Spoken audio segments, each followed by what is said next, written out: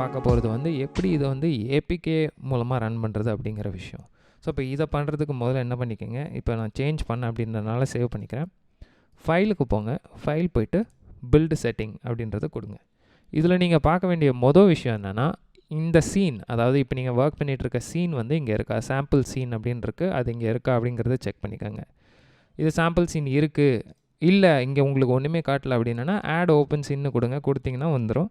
வந்த உடனே இந்த டிக் பாக்ஸ் இருக்கான்றதும் செக் பண்ணிக்கோங்க. இப்போ இங்கே எதுவுமே இல்லை, சீன்ஸ் இன் பில்ட் அப்படிங்கிறதுல வந்து எந்த சீனுமே இல்லை அப்படிங்கிற பட்சத்தில் உங்கள் பில்ட்லேயும் வந்து எதுவுமே இருக்காது, அதாவது உங்கள் ஏபிகேலேயும் வந்து ஒன்றுமே இருக்காது காட்டுறதுக்கு. ஸோ எம்டியாக இருக்கும். ஸோ இது செலக்ட் ஆகிருக்கு அப்படின்ன உடனே அடுத்து நீங்கள் பண்ண வேண்டியது, இந்த ஆண்ட்ராய்டை கிளிக் பண்ணி ஸ்விட்ச் பிளாட்ஃபார்ம் அப்படிங்கிற ஆப்ஷனை சூஸ் பண்ணுங்கள்.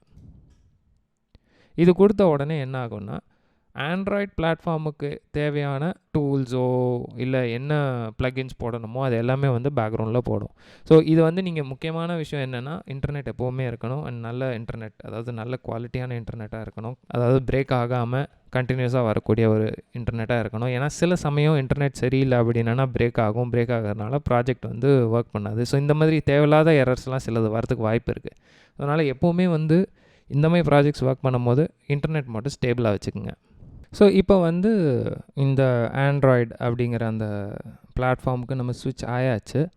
ஆனதுக்கப்புறமா எகெயின் இந்த கேபிள் கனெக்ட் ஆகி தான் இருக்க போகுது. உங்கள் டிவைஸில் வந்து நீங்கள் கனெக்ட் பண்ணி வச்சுருந்த கேபிள் அப்படியே இருக்கட்டும். ஸோ இல்லை உங்களுக்கு கனெக்ட் ஆகி இல்லைன்னா தயவுசெய்து கொஞ்சம் கனெக்ட் பண்ணிக்கோங்க. அடுத்து நம்ம என்ன பண்ண போகிறோம் அப்படின்னா, இங்கே அதாவது நீங்கள் ஆண்ட்ராய்டு ஸ்டுடியோ சாஃப்ட்வேர் இன்ஸ்டால் பண்ணியிருக்கீங்க, எல்லாமே ப்ராப்பராக இருக்குது அப்படிங்கிற கன்சிடரேஷனில் கண்டினியூ பண்ணுறோம். இந்த ரைட் ஹேண்ட் சைடில் வந்து ரெஃப்ரெஷ் அப்படின்னு சொல்லி ஒரு பட்டன் இருக்குது இல்லையா, அதை நீங்கள் கிளிக் பண்ணிங்கன்னா, இன்கேஸ் நீங்கள் டிவைஸ் கனெக்ட் பண்ணல அப்படின்னா கனெக்ட் பண்ணிவிட்டு அந்த ரெஃப்ரெஷை கிளிக் பண்ணுங்கள். கிளிக் பண்ண உடனே இங்கே உங்கள் லிஸ்ட்டில் வந்துட்டு இந்த அக்கோலஸ் Quest2 அப்படிங்கிறது வரும். இது வந்ததுன்னா நீங்கள் ப்ராப்பராக இன்ஸ்டால் பண்ணியிருக்கீங்க, பண்ண வேண்டிய விஷயங்கள்லாம் அப்படிங்கிறது வந்து கன்ஃபார்ம் பண்ணிக்கலாம். இதை பண்ணிவிட்டு 2 ஆப்ஷன் இருக்குது, ஒன்று பில்டு, இன்னொன்று build and run.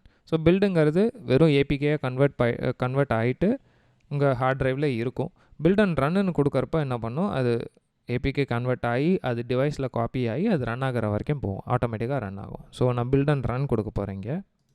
Project 2 my Quest project 2 அப்படின்னு கொடுத்துட்டேன், சேவ் கொடுத்துட்டேன். இப்போ இதை என்ன பண்ணுது அப்படின்னா, நம்ம யூனிட்டி ப்ராஜெக்டை வந்து ஒரு ஏபிகேவாக கன்வெர்ட் பண்ணி, அதாவது ஒரு ஆண்ட்ராய்டு அப்ளிகேஷனாக கன்வெர்ட் பண்ணி அதை வந்து டிவைஸில் லோட் பண்ண போகுது.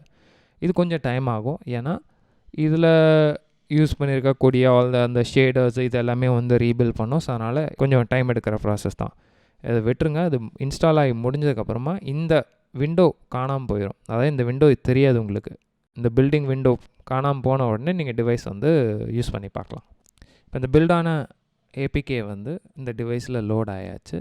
ஸோ இங்கே ஸ்க்ரீன்லேருந்து போயிடுச்சு. நான் என்ன பண்ணிடலாம், இந்த ஒயரே வந்து ஆக்சுவலாக ரிமூவ் பண்ணிடலாம். இப்போ வந்து இது கனெக்ட் ஆகிருக்கணுன்ற அவசியம் இல்லை, ஏன்னா இது வந்து டெதரிங் மெத்தட் கிடையாது, இது வந்து ஏபிகே மெத்தட். ஸோ உள்ளே ஏபிகே லோட் ஆயிடுச்சு, ஒயரை ரிமூவ் பண்ணிட்டேன். இப்போ நான் இந்த டிவைஸை மாட்டினேன்னா ஆட்டோமேட்டிக்காக என்ன லோட் பண்ணமோ அந்த ஏபிகே வந்து ரன் ஆக ஆரம்பிச்சிடும். ஸோ அதை எப்படிங்கிறது காட்டுறேன்.